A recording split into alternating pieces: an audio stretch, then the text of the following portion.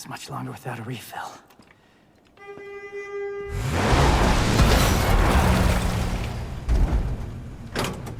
Hey, honey. Need assistance? What the hell's your problem? You trying to kill me? If you want a bitch, blame it on Lady. She's behind the wheel.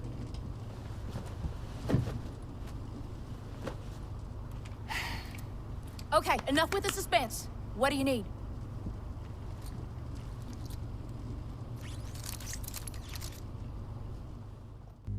And welcome back to part 12 of Devil May Cry 5, where today we're on Divergence Point Nero, where we get to see where Nero went to after the split-off point at the end of Mission 13. And I want to say, like, I hope in future games, assuming there is a future game and they spend more time on different factors, they spend more time with Nico and Lady, because their dynamic in this game, I find it really charming, but they don't do much with it. Like, that scene is kind of like, with the exception of one small glimmer of one at the very, very start of Mission 18, like that's kind of the last we see of those two's dynamic, and I think that they would be perfect little side characters to just have fun seeing be them. And you kind of see them both be them individually, well, more Nico than Lady, but you never see, like, outside of that scene there, you never really see them be themselves and just have a scene bouncing. You know, it wouldn't necessarily make much sense for the story to show it, but they could have still tried to find more ways to squeeze in little moments. But anyway, Nero's mission, I'd say, is split into 3 sections. Section 1 and Section 2 have a split road. The road I take on this run of Mission 15 will not be the road I take on when I eventually go through it as Virgil. That was just how I decided. So basically, what path do I want to take? The easier path or the harder path?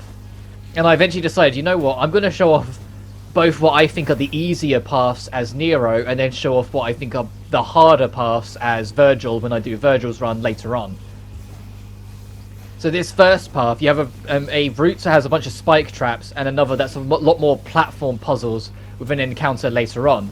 The platform puzzle is what I'm going to take, just because, you know, it's a platform challenge, and it's like the only one really in this game, and it's entirely optional. Because if you fall down, there's just a couple enemies, and then you can just hook yourself back up with Nero's pull.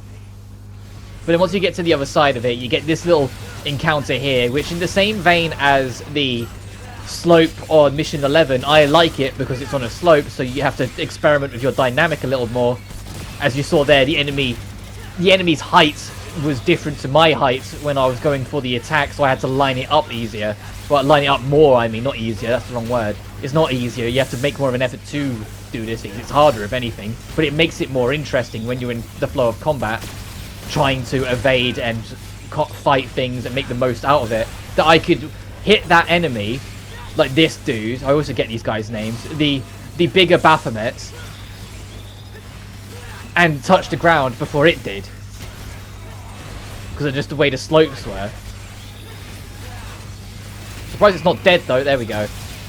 Oh, okay.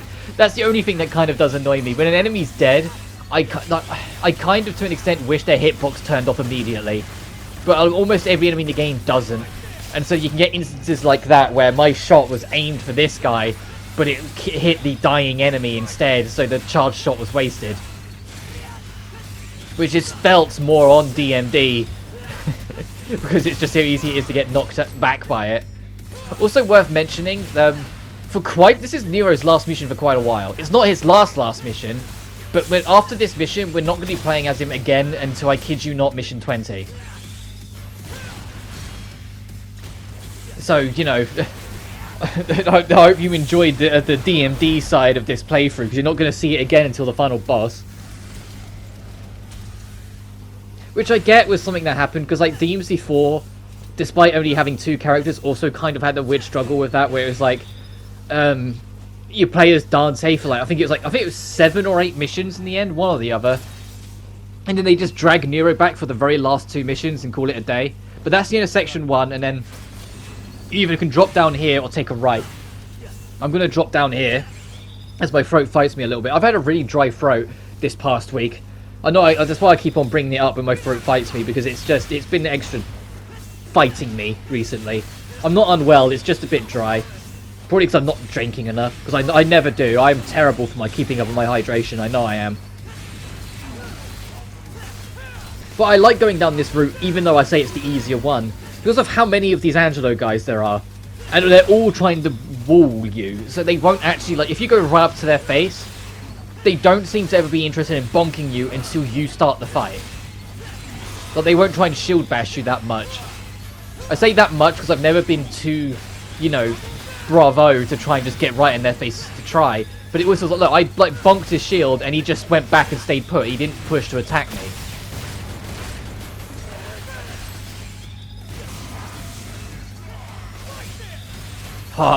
It never stops being satisfying to consistently get exceeds, which is, I know I explained it before, but exceeds is like part of the main mechanics of Nero is that every single swing you do with the sword, there's a timing for it, which I want to say is like around 6 frames wide. It might be slightly less, it might be slightly more. I'm not 100% on that.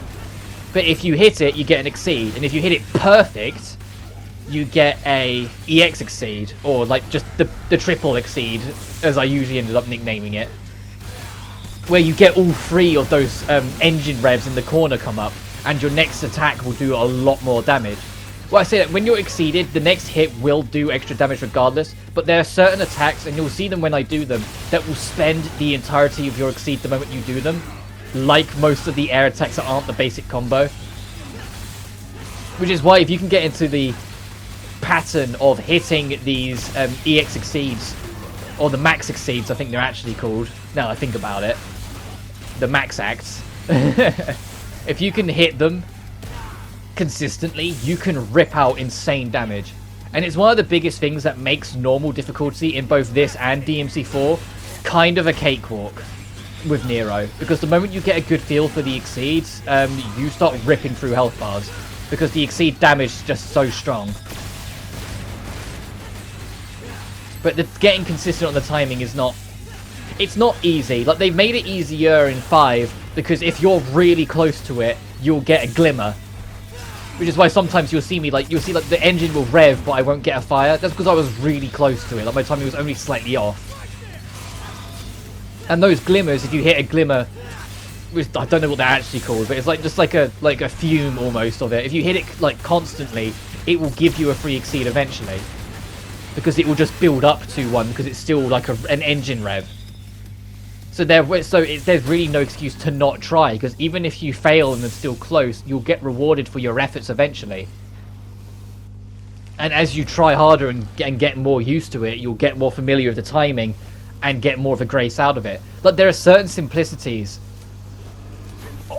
that have been made in DMC5 that I genuinely actually really appreciate, because it doesn't challenge the skill ceiling too much, I don't think, or if at all, because you still got to work for those max acts. You don't just have them, you have to still work for them, but at the same time it makes it more inviting to try out for newcomers. It's the same with Royal Guard with in DMC5, where it's like, it's still a challenging thing to do, but if you're slightly too early on it, it punishes your devil trigger and not your health. So you feel a little bit more like up for it to take the risk and try it, because the worst you'll lose is a bit of DT. You won't lose health unless you're too late and just take the smack to the face, but there's no way they can get around that without just making it so Dante is immortal when you've got Royal Guard as his style regardless, or do the auto guard thing that Virgil has. But then you'd have to have some, like, you couldn't just have a built-in auto guard, it'd have to be very specific, and then I think that would take away from like the Devil May Cry's universal rule of, if it's got a hitbox, things can work. Like, if it's an attack, you can Royal Guard it no matter how big or small it is. If it's got a hitbox, you can enemy step it no matter how big or small it is. Like, I feel like if you started making it so Dante had an auto guard in Royal Guard that would like only work on certain attacks just to try and balance it, it would work against it. Also, did you see how much damage this son of a bitch did in one swing? Did you see how about 12 units of my health just fucking vanished? And the reason why that piece of the bar is still... Now it's fading. The reason why that piece of the bar was still red, because I was in DT when it happened. So you could see in all its glory just how much damage one lone strike did to me. Like, once an enemy devil triggers, you cannot fuck around with them anymore, because they will just rip your head off. But that's the end of Section 2. And so Section 3 instead is the linear one. It's a straight run. I say that there is a break-off in this room here, but the break-off is just to lead to a blue orb fragment. And so if you've already got it, or don't care if you're doing a minimalist run, you're just going to break through and ignore those enemies because there's so few of them. It will only hurt your ranking to fight them. I did turn the online functionality back on, by the way. It's just that no one's playing as Dante or V, apparently, or at least not on DMD, so they're not popping up on the starring.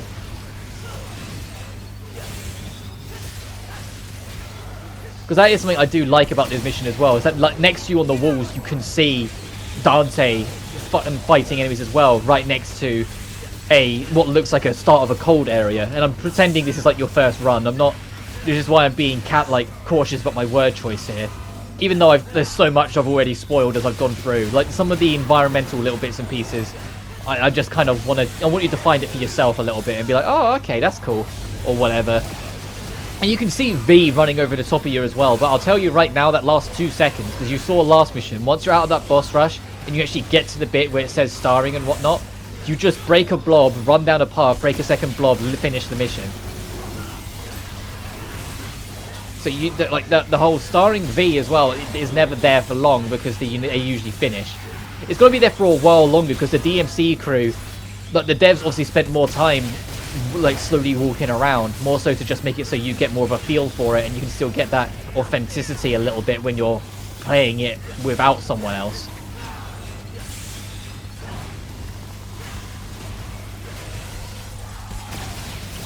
And these Judicas are annoying.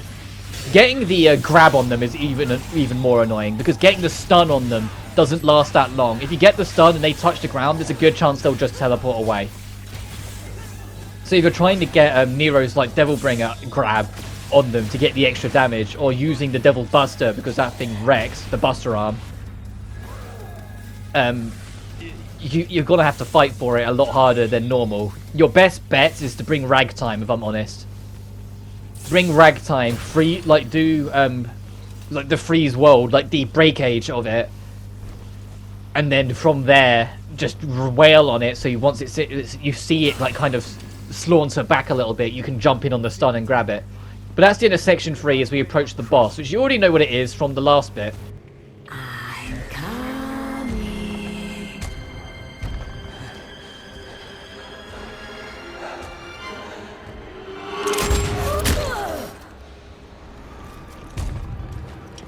Gotta pay attention, sweetheart. Spoilers, kid. But you're nothing more than an empty shell with no power. You are as weak as your flesh. Human. Hey, we're tougher than we look. But there's only one way to find out. I will enjoy this.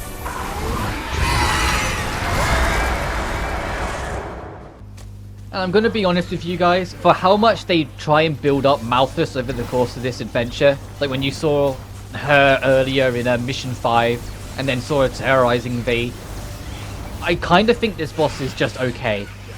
Like, it's not frustrating, it doesn't have too much health. Actually, I think this fight as a whole part is actually pretty fair. It has an ultimate attack where the duck the duck demon thing it's attached to goes crazy and gets this bloodish effect on it, right now, and you have to shoot the shit out of it to calm it down, otherwise you're likely to get smacked in the face for your trouble. I'm surprised that didn't hit me. But you just gotta shoot it, you gotta try and catch the duck face, but the problem is that your lock-on won't be on the duck's head, it will be on Malthus on top. So guessing it can sometimes be a little annoying as you try and calm this thing down. Got ya. But then after that, that's it. That's kind of the gimmick of this fight, and you just keep on doing it. If it's on super low health, there's a chance that she'll try and go into her ultimate, where she'll hide beneath the ground, the screen will go, super dark, and she'll try and start rising up slowly to make this super explosion. But even on DMD, you don't have to try too hard to break that. If you just go all out, maybe have Devil Trigger on the ready and just rip and tear, you will get it done. You will stop her in her tracks and get a free stun out of it to get an extra grab. I genuinely just... this fight, it's not bad. It doesn't annoy me like Gilgamesh or its overinflated health pool.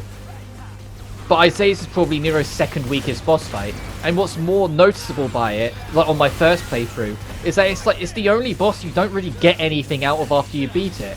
And what I mean is, even in Devil May Cry 4, you got given extra techniques for beating bosses, so there was more of a like worthwhile reward for killing them. Like you got the ability to hold an enemy in the air. You got the ability to I can't remember what it is, but you get like you get other stuff, alright? I know I'm not making my point here, but you get rewards for beating the bosses as Nero that usually were to do with his Buster Arm. Like, I think one of them was a longer reach and whatnot, so it still felt worth it. You get nothing from killing Malthus. Like, even Devil May Cry 5, when you... Oh, here's that ultimate I was talking about. In Devil May Cry 5, when you beat a boss as Nero, you got new Devil Arms. Like, the Devil Breakers, that even, is just what I thought was their replacement for getting new weapons. So Nero had something like getting a new weapon. And it's how it works. Even when you kill them as V, V picks up something from those, like, the two bosses he fights to give to Nero, so Nero gets access to more weapons.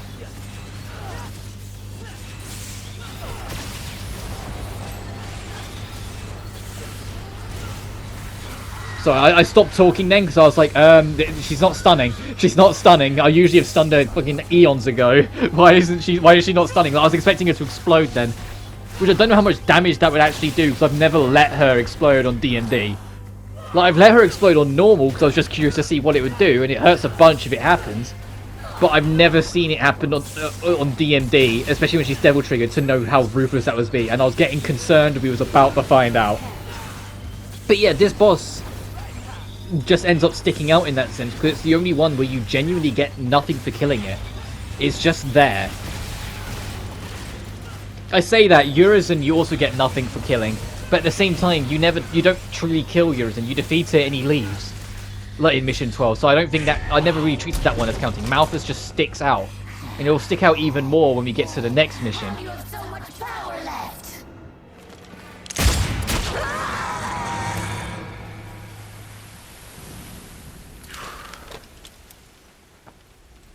You can come out now.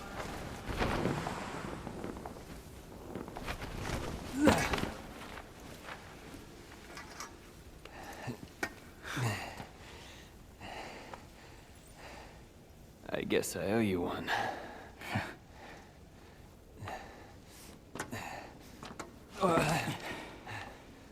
You should turn around. Your body's not gonna last much longer. That I cannot do. I must go. Damn it, V.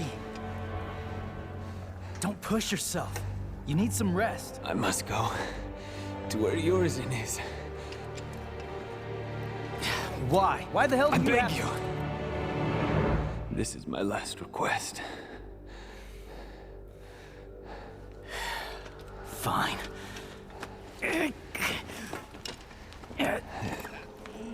Dante's definitely gonna beat us there.